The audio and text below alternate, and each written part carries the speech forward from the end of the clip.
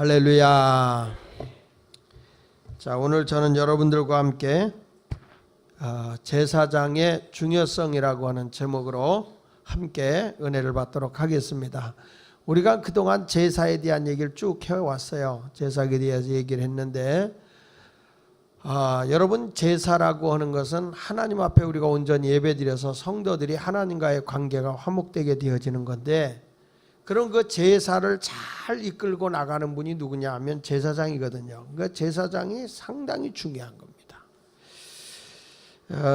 세계적인 강대국이 된다라고 하는 것은 고대로부터 경제력도 경제력이지만 군사력이 강한 나라가 역시 강대국이 됩니다.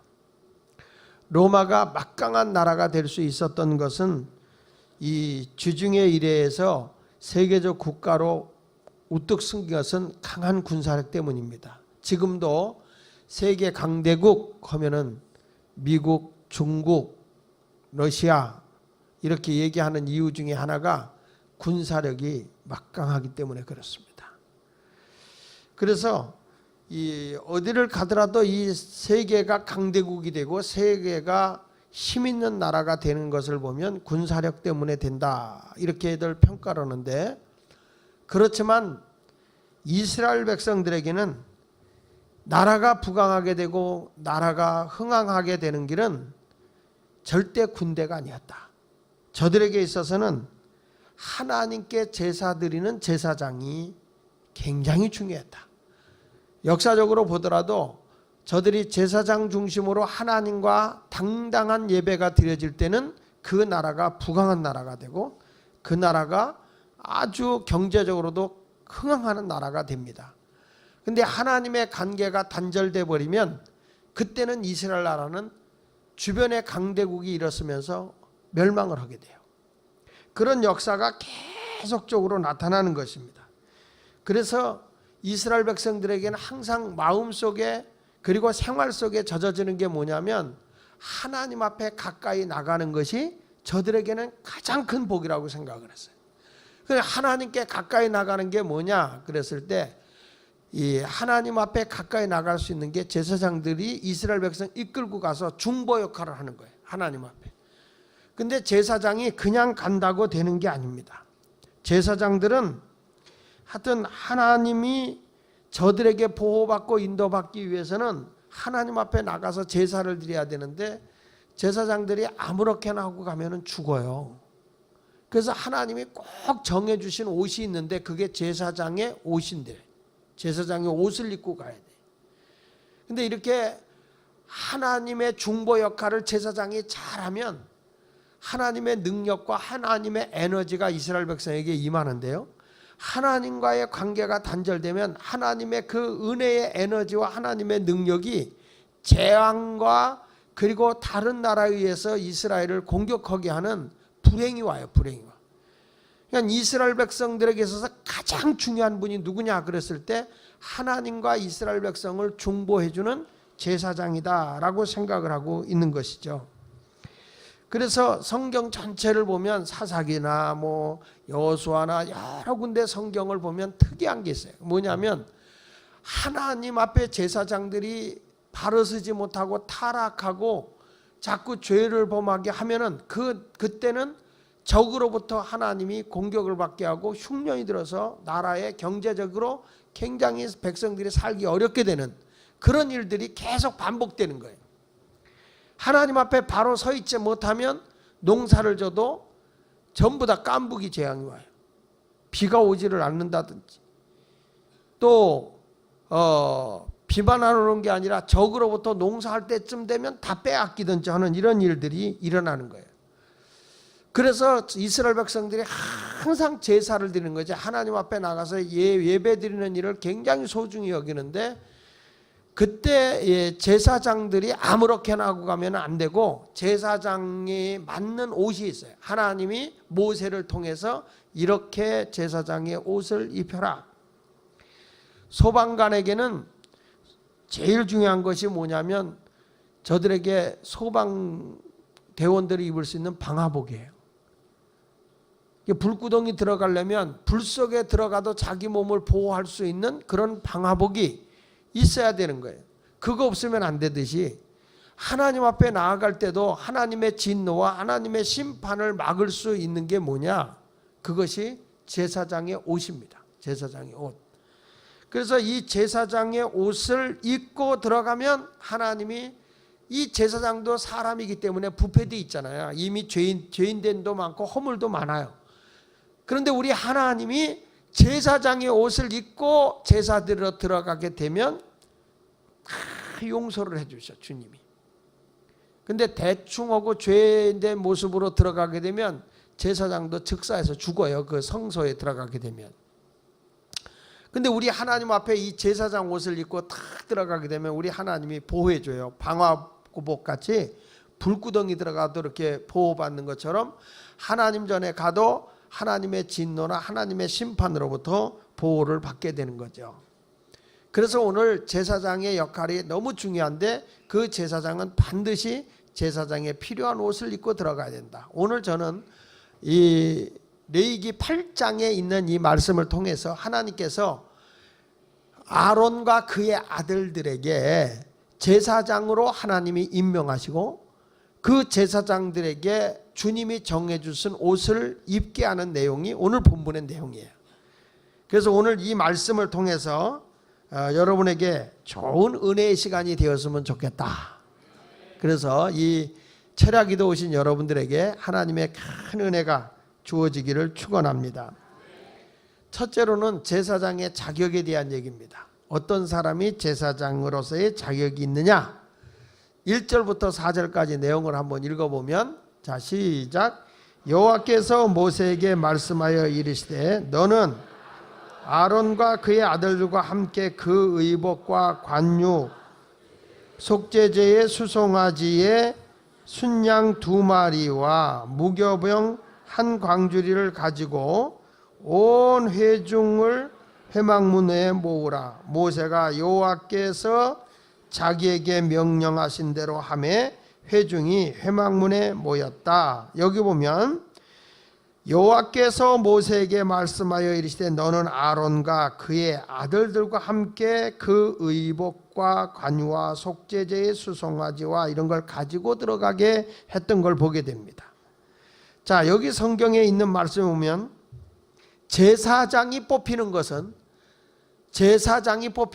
자기가 자원한다고 되는 것도 아니고 투표로 되어지는 것도 아니고 권력자가 임명하는 것이 아니에요. 제사장이 되는 것은 누가 되느냐? 하나님께서 지명하시는 거예요. 따라합시다. 하나님께서 지명하셨다. 자, 누굴 지명하셨죠? 모세의 형 아론과 그의 아들들이 제사장이에요.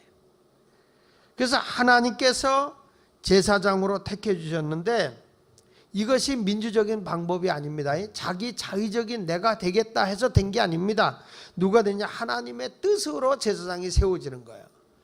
사람들이 어떤 주의 사역의 길을 걸어간다, 내가 사명의 길을 걸어가야 된다 할 때에 이게 뭐냐라고 하는데 하나님의 뜻을 알게 되면 막 가슴에서 소명이 주어질 때는 가슴이 뜨거워요. 뜨거워지고 막 자원하는 마음이 생겨요. 이거 해야 되겠다. 안 하고 싶은데 나 그 길 안 가고 싶은데도 막 가슴에서 막 땡겨. 가 자식아, 이 못된 놈아, 왜 세상으로 가려고 그러냐? 내가 너를 불렀다. 눈 뜨나 앉으나 일어서나 딴 데로 가면 하나님이 글로 가면 안 되지. 자꾸 너는 여기 있으면 안 된다. 너는 여기 있으면 안 된다. 이런 음성을 들려줘요. 그래서 어디로 가냐? 하나님의 부르심 앞으로 나가게 되어 있어요. 그러니까 제사장이 된다. 구약시대 때는 제의, 하나님 앞에 제사를 드려야 되기 때문에 제사장이라고 그러고, 나중에 하나님 말씀만을 예언적인 차원으로 전할 때는 선지자가 되는 거죠. 근데 여하튼 이때 하나님께서 이스라엘 백성과 화목하게 하나님이 거하기 위해서 제사장을 인간의 방법이 아닌 하나님의 방법으로 세우신 거고, 우리는 그 하나님의 방법으로 세우신 그것을 믿음으로 받아들여야 되는 겁니다. 구약시대 우리가 그동안에 제사법을 쭉 배웠잖아요. 그 제사법을 배웠는데 속죄제나 속건제나 이런 제사법을 배운 것도요, 왜 하나님이 이렇게 했을까 하고 우리는 따질 이유가 없어요. 하나님이 이렇게 해야 된다. 그래서 우리가 믿음으로 받아들이는 거예요. 그러면 죄가 용서받는 거예요. 그러니까 예수 그리스도가 우리의 허물과 죄를 위해서 십자가에 죽으셨고 사흘 만에 부활하셨는데 그 예수만 믿으면 너희가 구원을 받는다. 왜 그 예수만 믿으면 구원받지 할 이유가 없어요.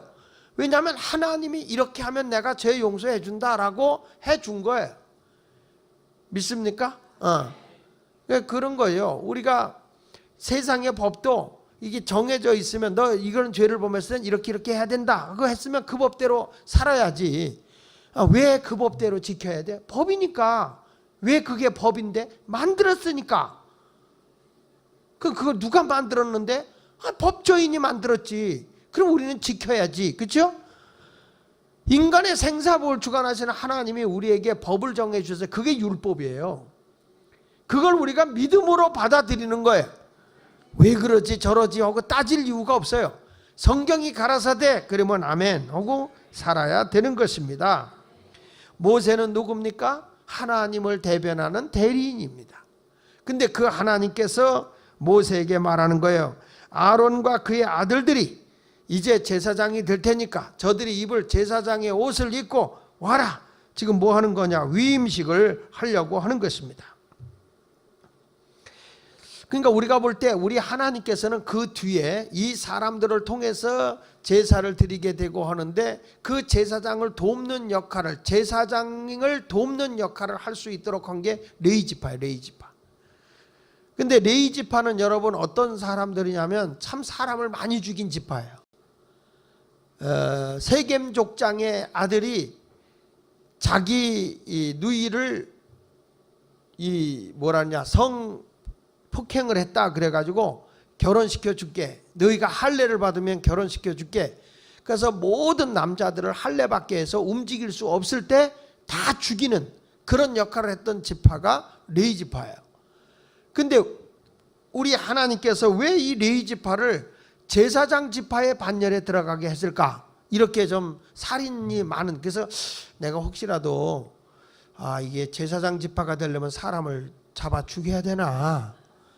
이렇게 여러분 오해할 것 같아서 얘기하는데 그렇게 잘못하고 있었지만 레위 지파가 잘한 게 하나 있어요. 그게 뭐냐면 모세가 하나님의 부르심을 입고 시내산에 올라가서 그 십계명을 받을 때 그때 이스라엘 백성들이 금송아지를 만들어서 막 우상 숭배하고 막 난리치었잖아요. 그때 모세가 내려와 가지고 저들에게 책망을 하면서 하나님 편에 있는 자들 다 일로 와라. 이제 술 취하지 말고 우상 숭배하지 말고 다 내게로 오라. 근데 그때 대부분 안 왔어요. 안 오고 누가 왔냐면 레위 지파만 모세와 함께 칼을 들고 그 우상 숭배하고 술 취하고 방정하는 사람들을 회개하지 않는 사람을 다 쳐 죽이는 일에 앞장섰어요. 그러니까 이 레위 지파는 중심이 언제나 하나님의 마음에 맞게끔 있었어요. 저들이 물론 사람은 죽이고 그런 일을 했었지만은 마음속에 뭐가 있었냐면 열정이 있었다는 거예요. 열정. 하나님을 향한 열정. 우리 주님은 외모를 보는 게 아니라 열정이 주님을 향하는 사람에게 주어지는 거예요. 오늘도 여러분이나 저는요 하나님 말씀에 의한 열정이 가슴이 뜨거워져야 돼요. 그러면 하나님이 나를 쓰는 거예요. 이것도 아니고 저것도 아니고가 아니라 막 주를 위해서 뭔가 내가 해봐야 되겠다라는 열정을 가진 사람을 하나님이 쓰는 거예요. 따라합시다. 열정. 거꾸로. 정열의 사람. 뭐 어떤 것을 하면 의욕 있게 모든 일을 하는 사람이 있어요. 괜히 열정도 없이 괜히 입만 살아서 나발나발 되는 게 아니라 어떤 일을 딱 해놓으면 그냥 열정이 끌어오르는 분이 있어요. 안 하고 먹어서 하는 사람이 있어요. 희미하게 하는 게 아니야. 그냥 최선을 다하는 사람. 이런 사람들은 과거에 허물이 있어도 하나님이 쓰더라고요. 잘못이 있어도 하나님은 쓰시더란 말이죠. 그래서 우리 하나님은 레위 지파와 함께 화친 조약을 맺게 하고 저들을 레위 하나님의 성전에서 섬기는 그런 역할을 하도록 레위 지파를 하나님이 쓰신 걸 보게 됩니다. 자, 그래서 저는 여러분들이 어떤 사람이 되느냐, 하나님의 교회에서도 우리는 이제 지금 시대는 무슨 시대냐면 만인 제사장이에요. 우리 모두가 하나님과의 화목한 관계를 유지할 수 있기 위해서 제사장이 입는 옷을 입고 우리도 신앙생활을 해야 될 것이다. 자, 오늘 그러면 제사장의 의복을 한번 보도록 하겠습니다. 오늘 본문의 내용을 5절부터 9절까지 한번 읽어보겠는데요. 잠깐 자막을 좀 띄워보세요. 이게 제사장들이 입는 옷이 이렇게 돼 있는데요. 이 제사장의 옷은 머리부터 시작해가지고 다 밑에까지 내려오는데, 이게 왕들이 그 당시에 최고의 옷, 가장 화려한 옷을 입으면 왕들이 입는 옷이었어요.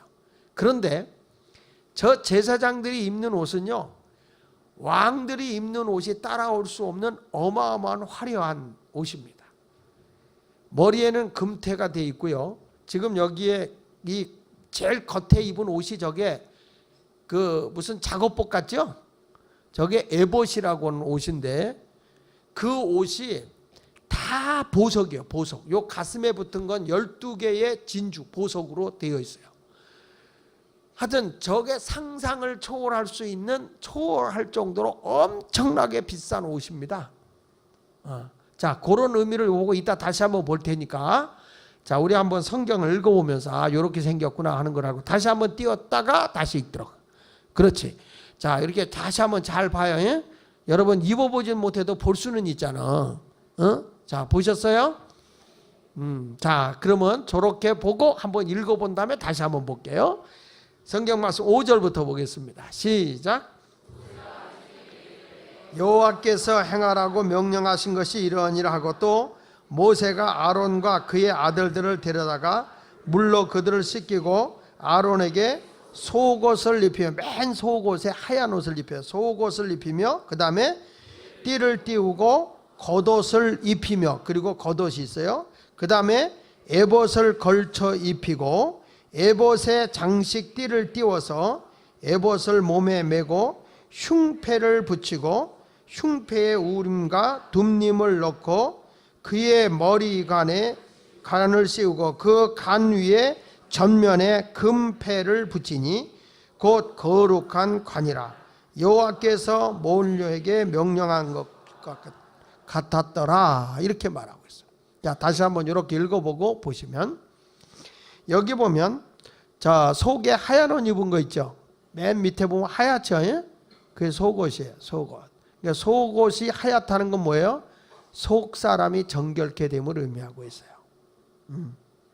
그리고 겉옷을, 지금 거기서 겉옷을 입히고 있죠. 겉옷 파란 옷을 입었죠. 왕권을 의미하는 겁니다. 자, 그러면서 그리고 나서 겉옷을 입히며 그 다음에 겉에 있는 게 무슨 옷이라고 그랬죠? 에봇이에요.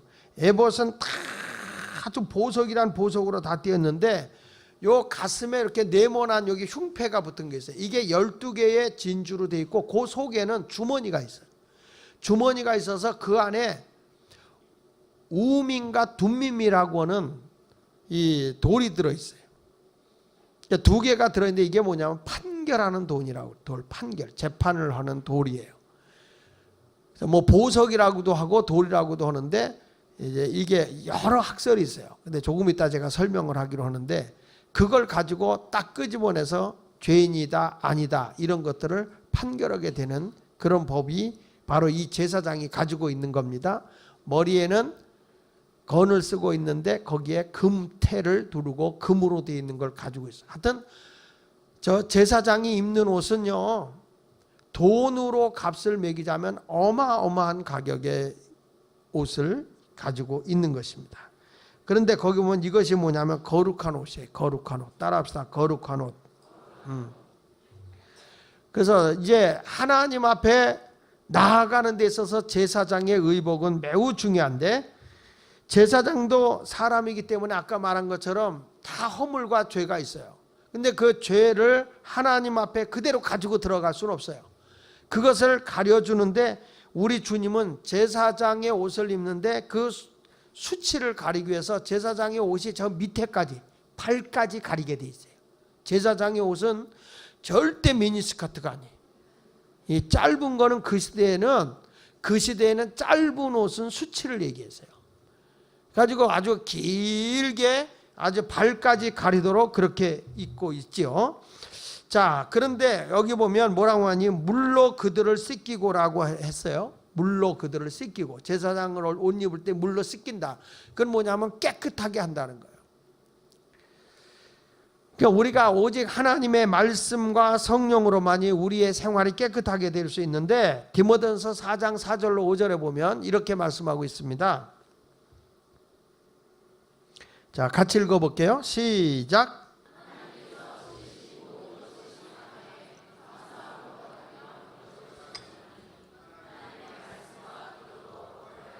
여기 보면 무엇으로 거룩해진다고요? 하나님의 말씀과 기도로 거룩해진다. 구약시대 때는 우리가 제의적인 행사를 해가지고 하나님의 말씀에 따라서 이렇게 해라. 그래서 제사장들이 옷을 입으면 저들이 몸이 하나님의 성별됨에 의해서 깨끗해졌지만, 신약에 와서 우리 주님께서 하나님이 주신 모든 것은 다 선하다. 그러니까 너희들이 이건 안 좋고 이건 부정되다 이렇게 판단하지 말고 감사함으로 받고, 그리고 늘 뭘로 거룩해지느냐? 말씀과 기도로 거룩해지는 거다. 사람이요, 내 거룩하게 살아야지. 그리고 성경 자성 들고 거룩 그래서 거룩해지는 게 아니야. 내가 거룩하게 되는 것은 하나님의 말씀대로 순종하고 살아가면 거룩해지는 것이고, 기도하면서 가면은 나 자신을 늘 돌아보기 때문에 거룩한 삶을 살게 되는 것이죠. 그러니까 오늘도 이 제사장들에게 이런 화려한 옷을 하나님께서 입히고, 그리고 저들을 존귀하게 해서 우리 하나님 앞에 나아가 모든 수치와 부끄러운 걸 가리게 하고, 모든 백성들의 허물과 죄를 중보할 수 있는 역할을 하는 것이 제사장이었다. 근데 그 제사장들이 입은 옷 가운데에서 12지파를 상징하는, 여기다가 보석을 달고, 그리고 12개의 보석을 달았다고 하는 거예요. 근데 색깔이 다 달라요. 이건 12지파를 상징하는데, 신약에 와서도 마찬가지고 우리 성도들이 어떤 사람이냐라고 물으면 정말 보석과 같은 사람들이에요. 하나님이 보실 때 여러분 한 사람 한 사람을 다 보석같이 여긴다는 거예요. 하나님의 말씀으로 연단되고 세워진 사람은 보석 같은 존재다. 그러니까 여러분은 어디 가서든지 마른 막대기만도 못하고 벌레만도 못하다 이런 얘기를 하면 안 돼. 하나님이 보실 때는 다 하나님의 백성을 뭐같이 보느냐? 보석같이 봐요. 그래서 이사야서 43장 같은 경우에 보면 천인이 만인이 내가 쓰러져 죽어도 내가 나의 택한 백성 하나를 버리지 않는다는 거예요. 천만 명이 죽는다 해도 내가 하나님이 택하신 그 귀한 사람 한 사람을 하나님은 버리지 않는다는 거예요. 조금 허물이 있어도 하나님이 버리지 않아. 모세가 구수의 여인하고 결혼을 해요. 근데 이스라엘 백성이 아니잖아요. 지도자가. 이스라엘 백성들은 단일 민족을 얘기하는데 이방 여인과 결혼한 거에 대해서, 흑인 여인과 결혼한 거에 대해서 막 미리암 자기 누이하고 형님이 그렇게 비방을 합니다. 그렇게 비방을 하고 막 뭐라고 그럽니다. 근데 하나님이 가만히 보니까 이게 안 되겠어. 모세의 리더십이 서지를 않아. 그러니까 모세의 리더십을 자꾸 흔들어 버리니까 하나님이 안 되겠다. 그래서 그때 누구를 딱 건드리냐면은 이 이스라엘 백성을 이끌고 가나안까지 가려고 하면 절대적으로 모세가 필요한 거예요. 여러분, 교회들도요, 이 죄종의 리더십이 흔들려 버리게 되면 교회가 막 깨지는 거예요. 그러니까 그때 하나님이 안 되겠다 그러니까 미리암. 근데 사실은 잘못은 누가 했냐면 모세가 한 거예요. 분명히 이방 여인과 함께 결혼해서는 안 되는데 그냥 그 여인이 좋았나 봐요. 모세가. 내가 아직 모세를 못 만나가지고 제가 물어보지는 못했는데 이 모세가 굉장히 그 여인을 좋아한 것 같아. 그래가지고 결혼을 했는데 그게 잘못한 거라고요. 그런데 모세가 잘못을 했는데도 하나님은 누굴 손을 대냐면 미리암을 쳐내는 거야. 미리암이 문둥병이 걸려서 미리암을 쳐내버리고, 그러니까 모세가 너무 안타까워서 하나님 앞에 가서 막 기도하는 거예요. 하나님, 그래도 저 미리암이 뭐 내가 잘못해서 그런 건데 그렇게까지 문둥병 걸려서 내쫓을 필요가 있습니까? 용서해달라. 그래서 하나님이 그래도 또 모세의 기도를 들어주시더라고요. 근데 여러분 보십시오. 하나님께서는 허물이 많은 제사장들이라고 할지라도 제사장의 옷을 잘 경건하게 입고 하나님 앞에 나아갈 때는 모든 수치와 허물과 죄악됨을 가려주는 거예요. 아멘. 그래야 사는 거예요. 목사가 설교할 때 여러분 100% 하나님 말씀대로 목사가 다 순종할 수 있기가 여러분이나 목사라고 뭐가 다르겠어. 목사가 하나님의 말씀에 100%를 다 지킨다면 내가 하나님 오지. 예? 그러니까 다 허물이 있다고. 그러니까 목사들이 실수했을 때 뭐냐면 이 말씀은 내가 해서는 안 된다. 그리고 그 말씀을 전하지 안 해서는 안 된다는 거예요. 내가 부족하고 내가 잘못한 거 있음에도 불구하고 이 말씀을 꼭 들어야 할 자들이 있어요. 그래서 그 말씀을 들어야 하기 때문에 내가 기도하고 단에 서서 말씀을 전할 때는 내가 못했기 때문에 내가 이 말씀 안 전한다. 그래서는 안 된다는 거예요. 그 말씀을 선포하고 하나님 앞에 가까이 나가게 할 때는 하나님이 나의 허물과 수치를 가려준다는 거야. 그래서 말씀을 전할 수가 있는 거지. 그렇지 않고서야 어떻게 여러분 목사의 허물과 약점을 다 여러분이 한번 파헤쳐 보십시오. 무지하게 많아요. 여기 새치도 많은데 뭐 내가 머리 흰 것도 많고 이 세상에 허물 없는 목사가 어디 있어요. 그럼에도 불구하고 다 가려주니까 그 어느 분이 그러잖아요. 목사님이 강단에 섰을 땐 천사인 줄 알았다는 거예요. 어쩌면 저렇게 잘생겼을까, 어쩌면 저렇게 멋있었을까. 내려와 보니까 아이고 악마 사촌 같네 하는 생각이 들어요. 그 어느 목사님 그랬대잖아요. 하나님 강단에서는 천사와 같고 내려가서는 마귀 같게 해달라고 그랬대잖아요. 왜? 유혹을 안 받기 위해서. 유혹을 안 받기 위해서. 마귀 짓을 한다는 얘기가 아니라 그렇게 사람의 유혹을 안 받고 살아야 된다는 거죠.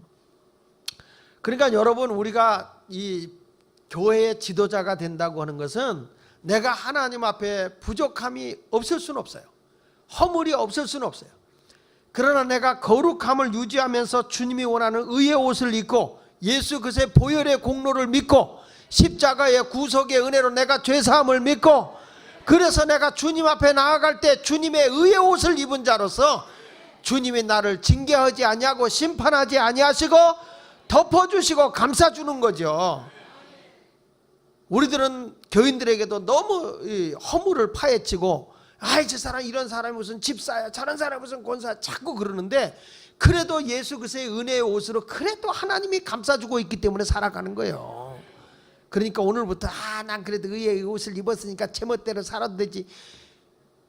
물론 우리가 영혼은 보호받을 수 있을지 모르지만 생활의 복은 못 받는단 말이에요. 그러면요 거룩함을 지켜나가야 되는데 하나님의 말씀으로 연단받고 하나님의 뜻대로 계속 훈련받고 나가면 하나님이 나를 어떻게 여기느냐? 보석같이 여긴다 하는 것을 꼭 잊지 않았으면 좋겠어요. 할렐루야. 자, 옆 사람과 악수하면서 조는 사람도 눈을 땡그랗게 보면서 하나님이 당신을 보석 같다고 하십니다.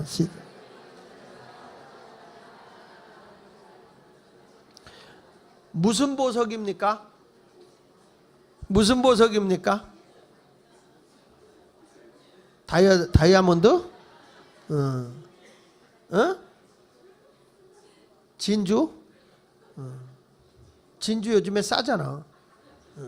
하여튼 하나님의 보석으로 나를 너무너무 귀하게 보시는 것만은 확실하시기를 바랍니다. 모든 사람이 나를 무시하고 나를 멸시해도 오늘부터 여러분의 가치는 하나님 보실 때 보석같이 여기는 걸 알고 까불지 마라. 나같이 큰 너 다이아몬드 봤니? 응? 내가 얼마짜리인지 아냐 내가? 값으로 매기면 얼마짜리인지 아냐? 예수님짜리다. 얼마짜리인지 아냐? 천하보다 귀한 존재다. 이런 자부심을 가지고 살아야 돼. 하나님이 나를 보석같이 여기니까. 아멘. 그 지금 만인 제사장이잖아요. 구약시대 때는 이런 의복을 입었지만 제사장 옷을 입었지만 우리는 예수 그리스도의 속죄의 구속의 은혜로 의의 옷을 입고 살아가는 자니까 오늘부터 조금 허물이 있어도 좀 어깨 좀 펴고 당당하게 사세요. 아멘. 가까이서 사람 이렇게 내보면 예수 믿는 사람도 냄새가 나요. 그렇죠? 응? 목사인 나도 내가 봐도 냄새가 나는데 허물이 완벽하지 못해. 나도 이렇게 막 너무 힘들면 화가 나거든요. 화가 나잖아요. 그러면 목사인 나도 항상 설교할 때 온유해라. 온유가 뭐냐? 약을 올려도 화를 내지 않는 마음이다. 그러는데 나도 화를 낸다고. 그리고 나서 또 하나님 앞에 회개해. 아유 주여, 온유해야 되는데 아버지. 그리고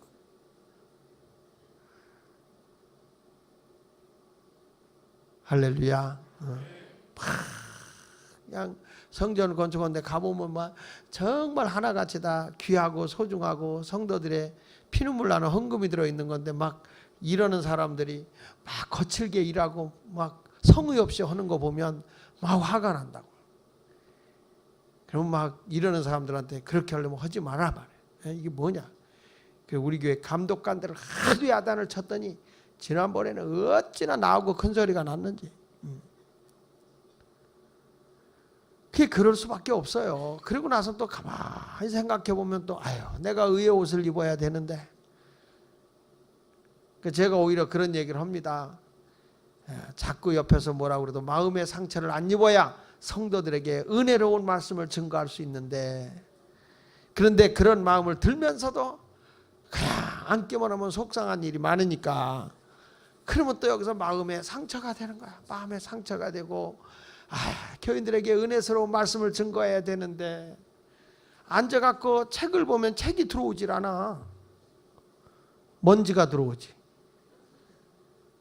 그래도 그걸 이겨가면서 하려고 하니까 그렇게 힘들어. 어떤 분이 오늘도 내가 목사 안수식 하는데 좀 오라고 해서 갔더니 장 목사 얼굴이 왜 그렇게 힘들어 보여? 그랬죠. 나 힘들지 않은데요. 아이고 얼굴에 써있구만. 감독으로 있던 목사님이 날 붙잡고 목사님 내 교회 짓는다고 그러더니 되게 힘든가 봐. 뭐 교회 짓는 사람이 다 원래 죽지 않고 사는 게 은혜죠. 그만큼 여러분 하나님의 영적인 세계가 확장되는 것을 얼마나 마귀가 회방하는지 몰라.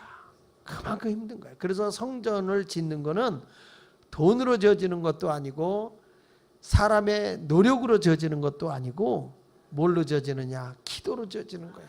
영적으로 싸워서 막 기도해야 되는데 그 기도가 약해지니까 그럴수록 우리가 그냥 막 애들부터 시작해서 막 이 심야기도 가서 우리 기도하자, 열심히 하자, 이럴수록 아멘 아멘 하고 막 해주자, 목사님 응원 좀 해주자 이러면 좋을 텐데 맨날 받기만 해가지고 아유 오늘도 은혜가 안 되네. 은혜를 여러분이 나한테 좀 끼쳐봐.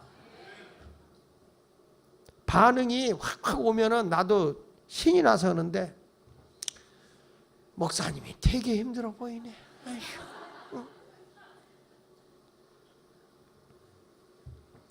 그러니까 오늘도 이 제사장에게 하나님이 옷을 입혀줘서 일을 한다. 그러니까 우리가 목사하는 목회자들도 인간적인 허물, 약점이 있다. 왜냐하면 인간은 죄인이기 때문에 누구도 부패성이 있다.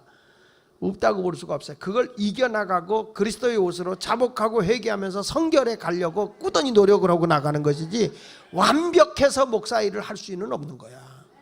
근데 그럼에도 불구하고 내가 주님 앞에 나가면 예수의 보혈의 공로로 주님이 나의 허물을 가려주고 복음을 전할 수 있게 해주시니까 또 성도들의 눈을 약간 이렇게 덮어주셔서 여러분들이 사랑이 너무 많잖아.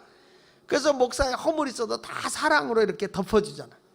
사랑하면 허물이 안 보여. 곰보도 다 뭘로 보여? 매력으로 보여. 매력. 여러분들도 막 예수의 사랑으로 나를 보면 뭘로 보여? 매력 있는 목사. 근데 은혜가 떨어지면 뭘로 보여? 아이고 추해 이렇게 보여요. 오늘부터 여러분 입으로 자꾸 갈구는 은사가 있는 분들 회개하라. 천국이 가까웠느니라. 주의 은혜 속에서 합당한 삶을 살아가는 여러분이 되시길 축원합니다. 그래서 우리 하나님께서 이렇게 제사장들의 옷을 다 가려주고 그 사람의 자체를 화려하게 한 게 아니라 옷 입은 자체가 막 그냥 고니가 있게끔 그렇게 입으시고, 그리고 이제 제사장의 흉패에는 큰 보석을 넣는데 그 보석을 이제 우리가 우밈과 둠밈이라고 얘기를 해요. 우밈과 둠밈. 이스라엘 백성이 전쟁을 하거나 큰 어려움이 왔을 때 이 우밈과 둠밈을 이 두 개를 여기다 넣고 있는데 이게 하나님의 뜻일까 아닐까? 우리가 가서 하나님 싸우러 갈까요 말까요? 그러면 그걸 가지고 이제 이렇게 하는 경우가 있다고 그래요. 그거를 딱 뽑잖아. 뽑아서 이렇게 보면 우민과 둠민 중에서 하나는 검은 게 있고 하나는 흰 게 있는데, 그거를 딱 뽑았는데 검은 게 나오면 가지 말라는 거예요. 흰 게 나오면 가라는 거예요. 그래서 항상 하나님의 말씀을 판결하는데 제사장들이 예와 아니오로 판결을 해요. 예와 아니오. 자, 그런데 여기 보십시오. 레위기 8장 8절을 한번 다시 한번 보고 한번 하겠습니다. 시작. 흉패를 붙이고 흉패에 우림과 둠밈을 넣고. 하나님의 뜻을 물어야 돼요. 하나님의 뜻을 묻는데, 하나님 무엇이 하나님의 뜻입니까? 이렇게 물어보잖아요. 그러니까 이게 여기서 보서 끝내는데, 이게 실질적으로 사람들이 확실하게 이게 근거가 안 나오는데 이렇게 보편적으로 설명을 합니다. 뭐냐면 두 개가 다, 우민과 둠밈이 두 개가 다 나오는데 이것이 검은 거와 하얀 거로 이렇게 나온다는 거죠. 검은 거와 하얀 거로 나오는데, 이걸 딱 던졌을 때 검은 거 하얀 거가 이렇게 뒤집혀서 이렇게 두 개가 동시에 나오는 경우가 있대. 이렇게 같이 두크면 검게 나오면 가지 말라는 거, 하얗게 두 개가 나오면 가라는 거. 그 다음에 이게 하나 뒤집혀가지고 이렇게 나오면 이거는 뭐냐면 모르겠다는 거. 그렇게 나오는 거예요. 성경기에 나와요. 자, 그래서 이스라엘 자손을 요걸 뭐냐면 판결법이라고 하는데, 제사장들이 여기다 우민과 둠밈을 갖고 갔다가 이걸 해야 될까요 말아야 될까요, 어느 것이 하나님의 뜻이지 라고 했을 때 이걸 꺼내서 딱 해서 하나님의 뜻을 알아내는 게 우민과 둠밈의 판결을 내리는 거예요. 그러니까 모든 걸 어떻게 판결내냐면 모든 주권이 하나님께 있다는 걸 믿고 옳고 그름을 판단할 때 그걸로다가 딱 제비 뽑듯이 내놓는 거죠. 자, 한번 성경을 보겠습니다. 출애굽기 28장 30절에 보면 시작. 너는 우림과 둠밈을 판결 흉패 안에 넣어 아론이 여호와 앞에 들어갈 때에 그의 가슴에 붙이게 하라. 아론은 여호와 앞에서 이스라엘 자손의 흉패를 항상 그의 가슴에 붙여라. 항상 제사장들은 이게 판결법이라고 하는 이 우민과 둠밈을 가지고 있는 여기 흉배에 붙여 있는 이 주머니가 이 안에 있어요. 거기다가 이 두 개를 넣고 다니는 거예요. 항상 흉배 안에다가 넣고 다니면서 하나님의 뜻을 묻는데, 이 다윗은 우민과 둠밈을 사용해서 그 당시에 제사장인 아비아달을 불러다 놓고 묻습니다. 그러니까 아비아달은 노베 제사장들이, 그 노베 사는 제사장들이 다 사울에 의해서 이렇게 그 당시에 많은 사람이 핍박을 당하고 죽게 돼요. 근데 그때 헐레벌떡 도망을 나오는데, 아비아달이 도망 나오는데 무엇을 들고 나오냐면 에봇이라고 하는 제사장이 입는 에봇, 그것을 들고 다윗에게 달려나와요. 이때에 이 대제사장이 사용하던 에봇을 가지고 나온 그 제사장인 아비아달에게 이렇게 말합니다. 자, 사무엘상 22장 19절로 20절을 한번 읽어보는데 시작. 아이들의 젖먹는 자들과 소와 나귀와 양을 칼로 쳤더라. 아들 아히멜렉의 아들 중 하나가 피하였으니 그의 이름은 아비아달이라. 그가 도망하여 다윗에게로 갔어요. 이게 이제 제사장이거든. 그러니까 도망을 갔어요. 뭘 가지고 도망갔냐? 에봇을 가지고 도망을 갔는데, 거기 23장 사무엘상 23장 6절부터 보면 이렇게 나와요. 아히멜렉의 아들 아비아달이 그일라 다윗에게로 도망할 때에 손에 무엇을 가지고 내려왔어? 에봇을 가지고 내려왔어요. 다윗이 그일라에 온 것을 어떤 사람이 사울에게 알림해 사울이 이르되 하나님이 그를 내 손에 넘기셨도다. 그가 문과 문 밑장에 있는 성읍에 들어갔으니 갇혔도다. 사울이 모든 백성을 군사로 불러 모으고 그일라로 내려가서 다윗과 그 사람을 에워싸려 하더니 다윗은 사울이 자기를 해하려 하는 음모를 알고 제사장 아비아달에게 이르되 에봇을 이리로 가져오라 하고, 다윗이 이르되 이스라엘 하나님 여호와여, 사울이 나 때문에 이 성읍을 멸하려고 그일라로 내려오기를 꾀한다 함을 주의 종이 분명히 들었나이다. 그일라 사람들이 나를 그의 손에 넘기겠나이까? 주의 종이 들은 대로 사울이 내려오겠나이까? 이스라엘의 하나님 여호와여 원하건대 주의 종에게 일러 주옵소서 하고, 지금 에봇 안에는 뭐가 들어있죠? 우밈과 둠밈이라는 판결돌이 들어있어요. 판결보석이 들어있어요. 그래서 물어보는 거예요. 그랬더니 여호와께서 이르시되 그가 내려오리라 하신지라. 하나님의 음성을 들려준 게 아니고 그걸로다가 딱 던져보니까 내려온다는 거야. 온다. 다윗이 이르되 그할라 사람들이 나와 내 사람들을 사울의 손에 넘기겠나이까 하니 여호와께서 이르시되 그들이 너를 넘기리라 하신지라. 넘긴다. 너 붙잡아서 넘긴다. 다윗과 그의 사람 600명가량이 일어나 그일라를 떠나서 갈 수 있는 곳으로 갔어. 그래서 다윗이 그일라에서 사울이 내려오면 자기가 지금 거기 머물고 있잖아요. 그일라에. 그 물어본 거예요. 하나님 앞에. 하나님 앞에. 하나님, 사울이 내려옵니까? 내려온다. 그일라 사람이 사울이 오면 나 잡아줄까요? 준다. 그럼 어떻게 해야 돼? 도망가야지. 그렇죠? 해볼까 나도? 그래서 다윗이 600명과 함께 600명가량 일어나 그 자리를 떠나서 갈 수 있는 곳을 갔더니 다윗이 그일라에서 피한 것을 어떤 사람이 사울에게 말하매 사울이 가기를 그치니라. 다윗이 광야의 요새에도 있었고 또 십광야 산골에도 머물렀으므로 사울이 매일 찾되 하나님이 그를 그의 손에 넘기지 아니하시니라. 다윗이 사울의 자기 성에 다윗이 사울이 자기의 생명을 빼앗으려고 나오는 것을 보았으므로 그가 십광야 수풀에 있었다. 그러니까 여러분, 이렇게 하나님이 우리에게 주신 그 판결돌, 판결보석이라고도 하는 그 판결돌은 사람을 살릴 수도 있고 죽일 수도 있는 거야. 근데 이것이 하나님의 뜻인가 아닌가 막 분명하지 않을 때가 있잖아요. 그럴 때 어떻게 해야 됩니까? 할 때 제사장들이 입은 이 옷에 들어있는 이 거룩함이 하나님의 뜻을 지니고 있어요. 그 제사장은 뭐냐? 판결법을 가지고 있었던 거예요. 옳고 그름을. 여러분, 신약에 우리가 와서도 우리가 그리스도 예수 안에서는 얼마든지 이해가 된다 그랬어요. 아멘하여 하나님께 뭐가 되게 하라고? 영광이 되게 하라. 아멘.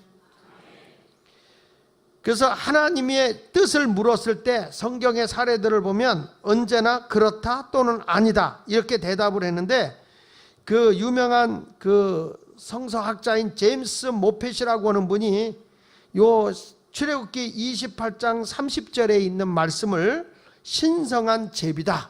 다시 우밈과 둠밈을 이렇게 간직하고 이렇게 뿌리는 거를 신성한 제비다. 이게 하나님의 뜻이냐 아니냐 제비 뽑기 하는 것과 같으니까 신성한 제비다. 이렇게까지 표현을 했습니다. 자, 그런데 여러분, 우리가 이런 경우가 있어요. 이스라엘 백성들이 이렇게 이제 가는 데 있어서 이게 참 애매하게 판결이 나올 때가 있어요. 자, 보시겠습니다. 사무엘상 14장 36절부터에 보면, 여기에 보면 뭐가 나오냐면 사울이 블레셋 사람들에 대한 공격을 재개하려고 할 때 제사장에게 물어봅니다. 제가 이 블레셋 나라를 쳐들어가려고 하는데 하나님, 내가 거기 가서 싸워서 이길까요? 내가 갈까요? 라고 물어요. 그런데 하나님이 답을 안 줘. 그래서 이 제비를 뽑을 때 사람들이 항상 뭘 달라고 하냐면 따라서 둠밈을 주세요. 다시 크게 하세요. 둠밈을 주십시오. 예, 그게 좋은 거니까. 우밈보다 둠밈을 달라. 자, 사무엘상 14장 36절부터 보면요. 자, 시작. 사울이 이르되 우리가 밤에 블레셋 사람들을 추격하여 동틀 때까지 그들 중에서 탈취하고 한 사람도 남기지 말자. 무리가 이르되 왕의 생각에 좋은 대로 하소서 할 때에 제사장이 이르되 이리로 와서 하나님께로 나아가사이다. 자, 여기 제사장이 누구에게 나가서 물어보자고? 그러니까 이 사울왕이 자기 의지대로 가려고 하니까 그러지 마시고 우리 하나님께 나아갑시다. 그러니까 제사장은 제사장의 의복을 입고 하나님께 나아가는 거예요. 나아가시다 하매 사울이 하나님께 묻자오되, 다 같이 읽어보세요.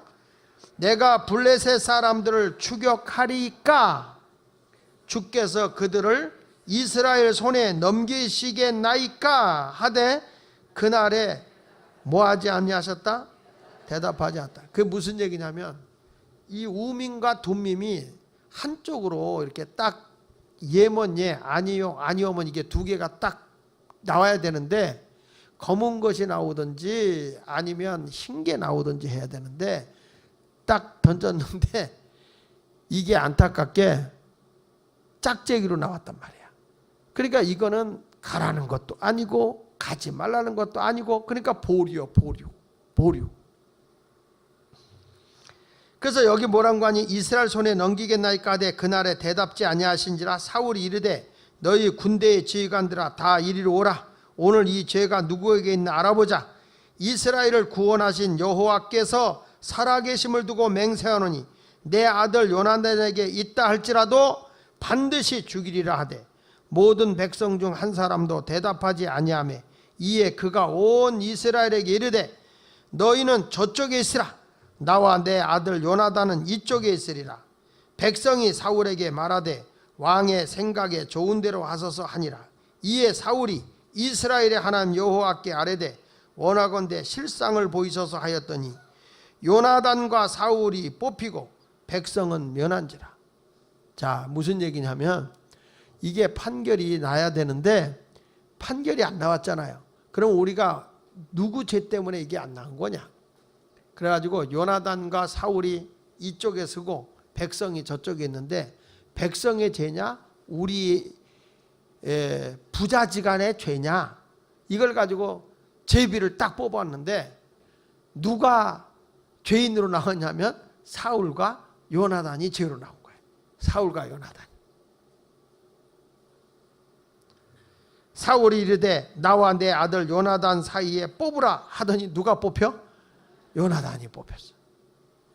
그래서 이게 뭐냐면 어떤 죄를 판결할 때도 이런 우민과 둠밈을 가지고서 판결을 내렸고 하나님의 뜻이냐 아니냐 이런 것도 판결할 때 우민과 둠밈으로 판결을 하도록 제사장은 항상 판결법이라고 하는 거룩한 제비의 돌인 우민과 둠밈을 여기다 넣어갖고 다니는 그런 역할을 했어요. 그러니까 제사장의 역할의 고난이 대단하죠. 그렇죠? 어느 것이 하나님의 뜻인지를 기도하고 그것을 딱 내려놓는 거니까 대단한 거야.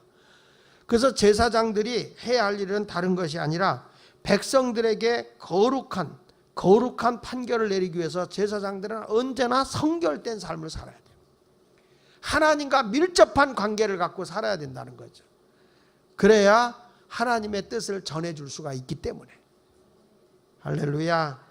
나중에 보면 나중에는 어떤 일이 벌어지냐면 이 제사장들이 타락을 해요. 나중에 가서 타락을 하다 보니까 돈 받고 자꾸 권력자 편에 서서 판결을 내리는 거예요. 권력자 편에서.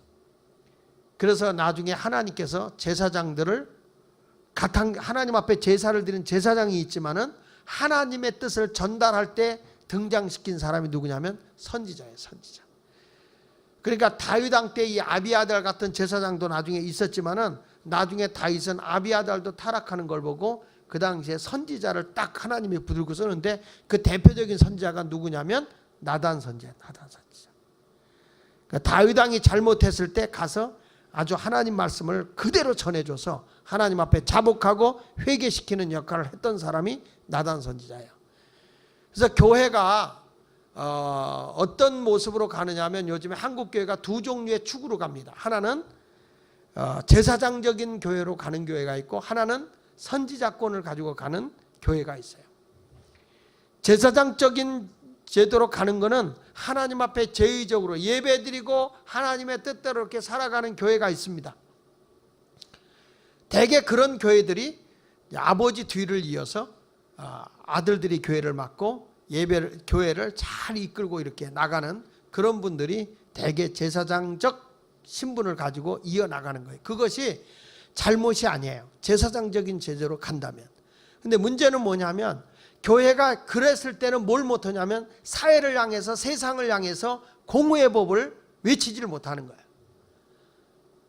그래서 교회는 어떤 권한이 있냐면 선지자권이 있어요. 선지자권. 선지자권이 있어서 그 선지자적인 기질을 가지고 있는 목사들은 대개 어떤 역할을 하냐면 개혁적인 성향을 가지고 있죠. 미래를 보고 이렇게 가야 됩니다. 이렇게 가야 됩니다. 그러다 보니까 많은 힘든 일이 있지만 편안하게 가는 교회들은 선지자권을 가지고 가는 교회들. 제사장권을 가지고 가는 교회고, 개혁적인 성향을 가지고 가는 교회는 어떤 교회? 선지자권을 가지고 가는 교회. 그러니까 우리 교회가 어느 쪽으로 가야 되느냐 하는 것은 앞으로도 여러분들이 기도하면서 생각해야 할 일인데, 어느 쪽에 가까워 우리는? 선지자권이 가까워, 제사장권이 가까워? 어? 뭐가 뭔지 모르겠어요. 지금 그래서 요즘에는 목사님들이 세 가지 권한을 다 가지고 있어요. 하나는 제사장권, 하나는 선지자권, 하나는 왕권. 이렇게 세 가지 권을 가지고 치리를 하고 있습니다. 예배 드릴 때 예배 집례, 선지자권 올 땐 사회를 향해서 과감하게 하나님 말씀을 선포하고 개혁적인 성향을 가지고 가고, 왕권을 가지고는 치리하고 다스리게 하는 그런 역할을 하는 것이 목회자의 그 하나님이 주어진 권한이다. 이렇게 사역을 하고 갑니다. 결론 내겠습니다. 자, 이 제사장들이 이렇게 귀한 옷을 입고 모든 걸 다 입고 뭐 보석을 달고 판결을 하고 그래도 가장 소중한 것이 뭐냐면 그 옷을 입었을 때 반드시 성별하는 기름 부음이 있어야 돼요. 기름 부음. 따라합시다. 기름 부음. 성경 레위기 8장 10절로 11절을 같이 읽어보겠습니다. 시작.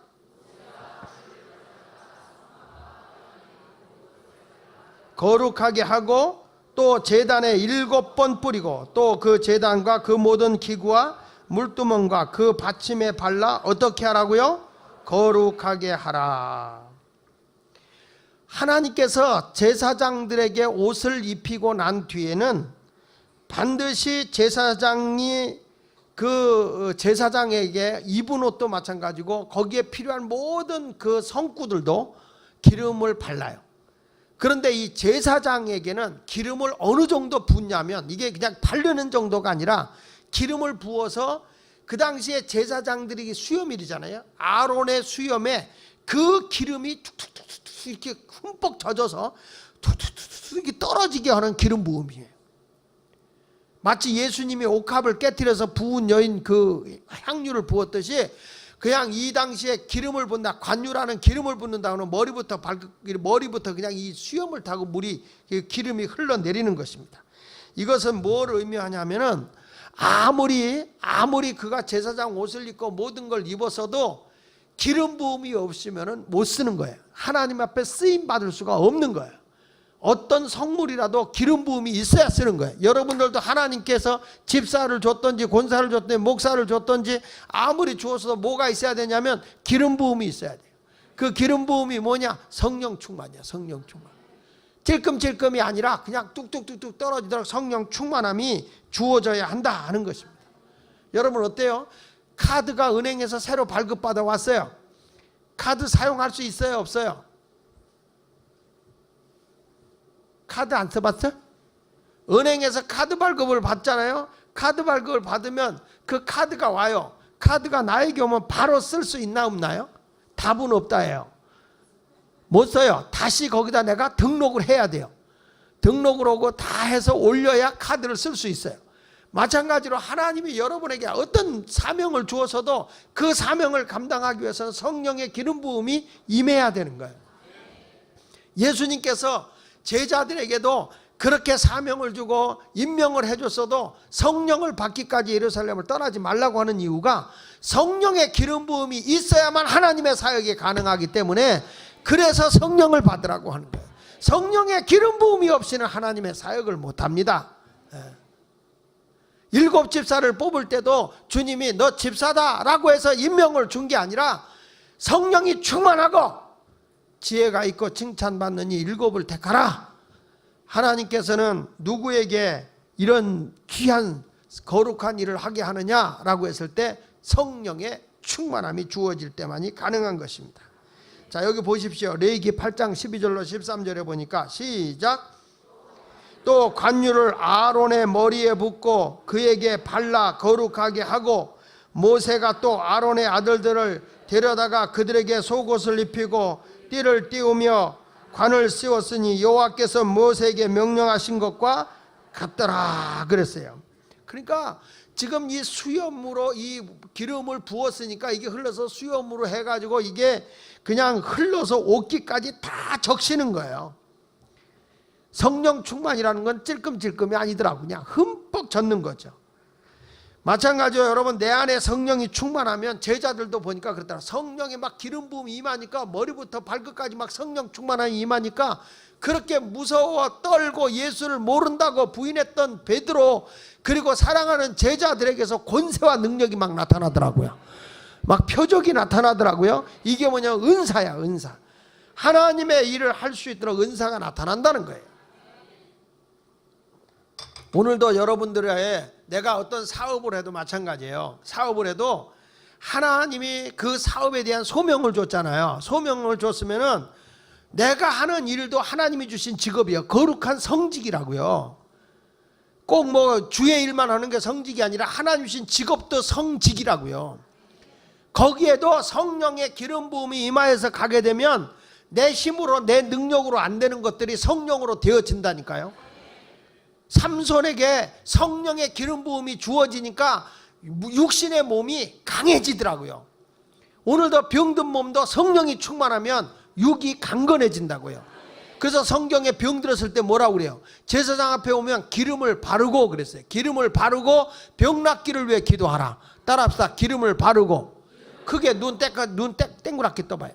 자, 기름을 바르고 병 낫기를 위해 기도하라. 그러니까 오늘도 여러분이 성령을 충만함을 달라고 하면 내 육신의 약한 부분도 강해지는 거예요. 내 힘으로 내 능력으로 안 되는 것도 성령으로는 가능하게 되는 거예요. 믿습니까?